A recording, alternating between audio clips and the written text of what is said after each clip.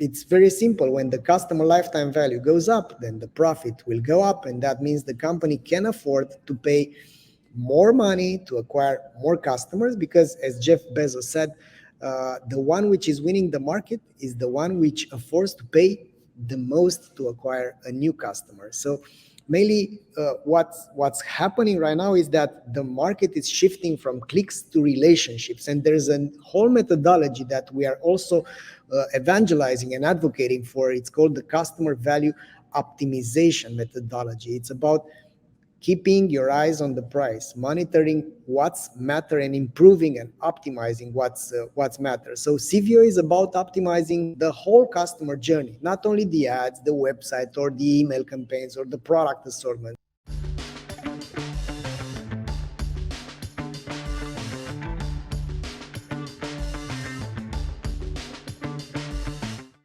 Hello, everyone, and welcome to a new episode of the e-commerce growth stories. Today, I'm all by myself because Dennis can't make it. So I thought, you know what?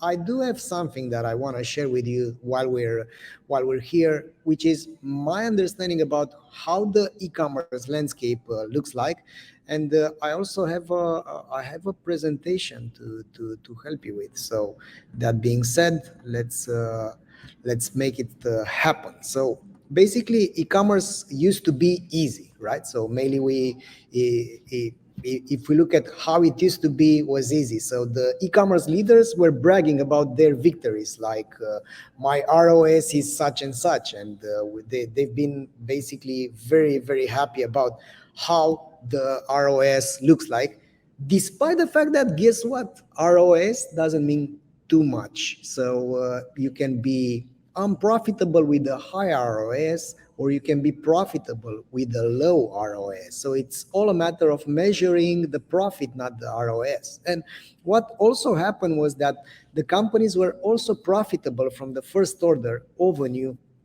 customer. So if we look behind, people were basically making money from the first order, and they haven't even bothered to monitor what's happening down the line with the other purchases and how the customers were behaving. Another thing that used to happen was that everyone was feeding mostly from the same data sources. So people were basically getting their information mainly from Google Analytics, and afterwards from Facebook, and so on. And another thing was that they were optimizing the same tactical KPIs, things like CPC, conversion rate, click-through rate, ROS, as I've told you. So if you tweak only those things and you are not keeping your eyes on the price, which is the profit, then you might have some disappointments down the line. But let's see what also happened in the market. So there were few ones that were caring about the magic of customer lifetime value. So they were simply neglecting what customer lifetime value was, and they were not monitoring, and basically that was it. But now in 2022, the dark clouds showed up. So we have things like high competition, we have inflation, we have recession, we have low ROS, we have lower demand, more people fighting for the same eyeballs, and of course we have high customer acquisition clouds. So the dark clouds have showed up, and the context was suddenly changing, right? So e-commerce acquisition game was suddenly changing from being an easy to medium to hard, and now it's 2022 level. So everything changed, and there are also 5 things which are happening at the same time, which doesn't have to do with the current context, but are the things which happen internally. The first thing is that there is low to no internal alignment. And this is happening due to the fact that there are these silos, right? So think of it. We have the marketing team, we have the product team, we have the customer experience team, we have the fulfillment team, and whatever. And within marketing, we have other silos. We have the email team, we have the social team, we have the paid ads team, and whatever. So they are having those type of granular KPIs. The email team handles the, I don't know, takes care about things like open rates, revenue contribution, whatever. And then we have the data team, which they are building their reports, and that's it. No, God forbid to have someone which is aligning everyone towards what's truly important. And what's truly important for a company: customer lifetime value, right? If the customers are happy, if they come back and buy again the products that you're selling. And I think that has to do a lot with what's happening at the high level. My friend Andre Maurice from WebArts said something that we also have this saying in Romania, like the fish starts to stink from the head.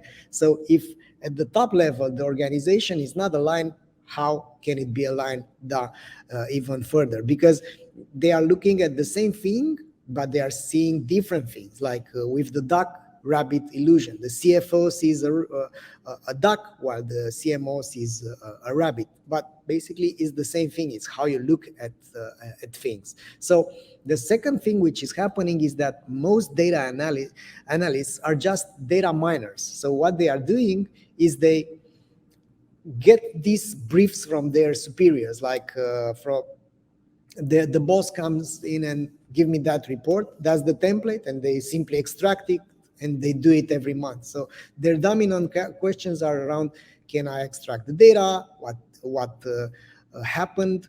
And pretty much that's it. And then they look at things like last month's revenue was 1 million. But a data analysis mentality does the same thing in terms of getting the data, but it also asks themselves. So with this mentality, you ask yourself how to leverage the data, why did it happen, what can be done about it. So basically, you look at the same thing, like last month's revenue is 1 million, but it's down 12% year over year, and that's happening due to lower sales on this brand from this location and on this channel. So knowing this, it's informing the company, and you can actually change things. And another thing which happened is that the customer acquisition means growth. So we know that this thing, which I think is great, coming from Eric Fromm, an illusion shared by everyone becomes a reality. And that's happening due to the fact that customers are, let's say, trapped into the illusion that companies are trapped into the illusion that if you acquire customers, that that means growth. And basically, that means the companies are posing as being data driven, which they are not, right? So basically, you think that the marketers are truly data driven, but only 33% of the marketers are relying on the data that they have in the CRM. And guess what? Data driven. Only 6% of the decisions that a company was making last year was data driven. So basically, that's another cruel reality. And talking about the fact that customer acquisition means growth and that illusion, marketing teams are also hypnotized by the ad networks, because guess what? I mean, they are training everyone, and basically their agenda is like, if you don't invest money into ads, you're not going to grow, which might be correct for some business models, but if you do only that, you will end up not being profitable, because as we can see, the CPC is going up. Who's winning the market? The ad networks, right?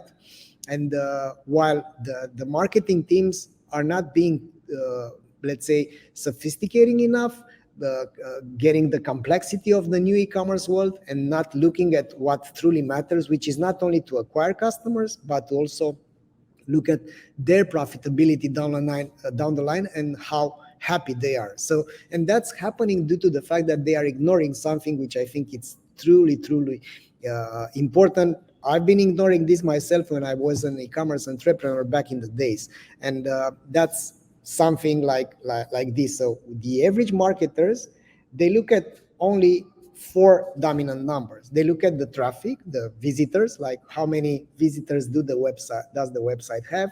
They look at the conversion rate, how many of them are actually placing an order, what's the percentage. They look at the customer acquisition cost, like how much am I paying to acquire a customer, and they look at the average order value. And that's the first part. The good marketers are going out there and they are asking, you know what, are we making money if the revenue is such and such? So that's gross margin. So they are also interested about the gross margin besides the other things. And the great marketers are interested about all of those things. So on top of that, they look at the purchase frequency and they also look at the customer lifetime value. So basically, these are the dominant numbers in e-commerce. So without you monitoring those and without company making an internal alignment towards, you know what, the best lever to pull at this moment is whatever, average order value or purchase frequency, without modeling the business towards what truly will mean growth for your company, then you're just doing the same things over and over again. So basically, it's time to change that, and the change is inevitable, right? So many companies are changing their campaigns, are changing their agency, are changing their tools, are changing their ads, their channels, and whatever. But what truly needs to be changed is the mentality, and that's the hardest to change, right? And because that means a profound change without the organization and aligning other people towards a new vision and a new perspective. And only the open-minded ones are the ones that are now realizing that they have to monitor and improve the customer lifetime value. They need to stay as close as possible to their customers, so that they are aware about, you know what, that's what's going on. We have to change the post-purchase behavior. We need to take care about how much money we are going to get down the line from a customer, from the very beginning towards the end of the entire lifespan. So the math seems simple, and it is. It's about how much margin you will generate from a customer down the line. So it's a predictive measure that's allowing you to make the company profit. And it's very simple. When the customer lifetime value goes up, then the profit will go up, and that means the company can afford to pay more money to acquire more customers, because as Jeff Bezos said, the one which is winning the market is the one which affords to pay the most to acquire a new customer. So mainly what's happening right now is that the market is shifting from clicks to relationships, and there's a whole methodology that we are also evangelizing and advocating for. It's called the customer value optimization methodology. It's about keeping your eyes on the price, monitoring what's matter, and improving and optimizing what's matter. So CVO is about optimizing the whole customer journey, not only the ads, the website, or the email campaigns, or the product assortment. So it has three pillars. It has the acquisition pillar, it has the conversion pillar, and it has the retention pillar. And behind all of those, it's of course the need for internal alignment. But the numbers are aligning everyone, because if you can see things like, you know what, our customer lifetime value is, I don't know, $60. So throughout the entire lifespan, the total margin that we are getting from a customer is going to be $60. So if you know this figure, that's not debatable anymore. So you can talk with the product teams to sell products with this kind of margin or with the higher margin. You can talk with the email with the ads team to know how much the budget should be in terms of acquiring a new customer, because there are this ratio, CLV to CAC ratio. This is very important, and it's allowing you to make things happen. Once you know this, you can basically invest even more budget, because it's around how much money you are getting, not how much you are investing down the line. And it's also about the payback. So of course, behind this process, is the need for better and more accurate and better data. And basically, there is a whole CVO methodology around it. So the simple thing is like this: you align the company around the growth levers, which are customer acquisition cost, customer lifetime value, NPS, whatever, what we talked about earlier, about the dominant numbers. You do the math, you understand what's going on, and you align the leadership team around this type of metrics. Then you do the customer research, which means going in depth, applying the RFM segmentation methodology. If there are more SKUs, to research which are the products which are generating the best customers, and then you go back with this new research around the leaders within the company, and you find out, you know what, there is something broken in the customer experience. Let's put it on the website. Let's change the websites. Let's adapt the fulfillment. So basically, once you have this internal alignment, there are three directions to, and there are only three things that a company can do to improve customer lifetime value. How the company behaves, which means customer experience and fulfillment, what the company is selling, which means the products, and what the company is saying, messaging, communication, marketing, and so on. So basically, you have these three routes to improve the customer lifetime value. And if you are not, and I would start with the customer experience. So I would start by having enough data so that I improve the whole customer journeys. But without having the real feedback from real customers, you're shooting in the dark.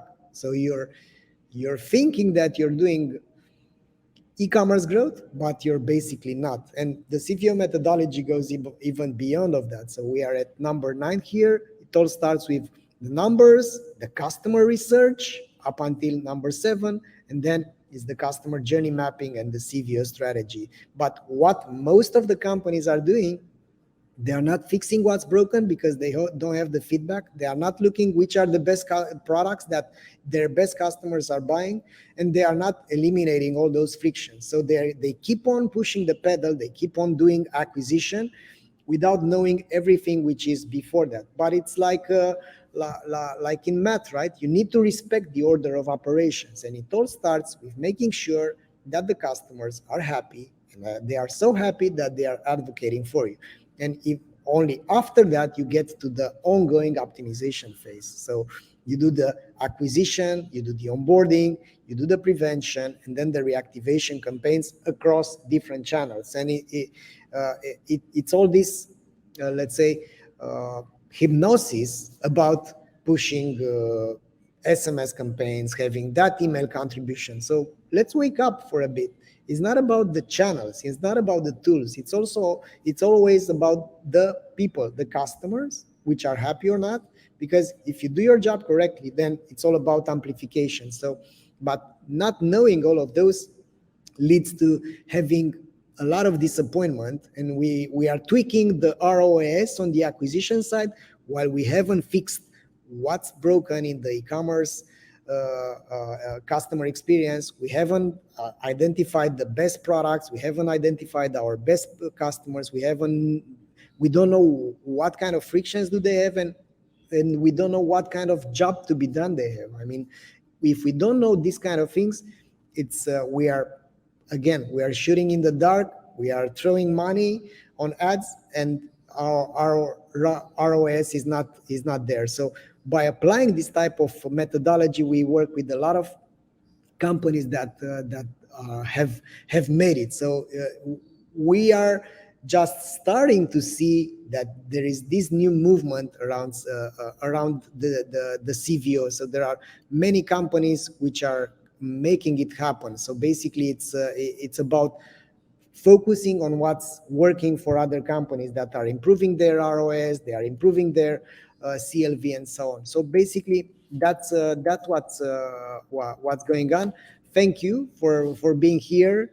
And if you have any questions for me, you can find me on LinkedIn or you can shoot me an email. And that being said, that was this episode of the e-commerce growth stories. Unfortunately, Dennis couldn't make it due to a health condition, but we're going to see each other in the next episode. Until then, enjoy this Friday and may you have a fantastic weekend, and see you when we see each other. Bye.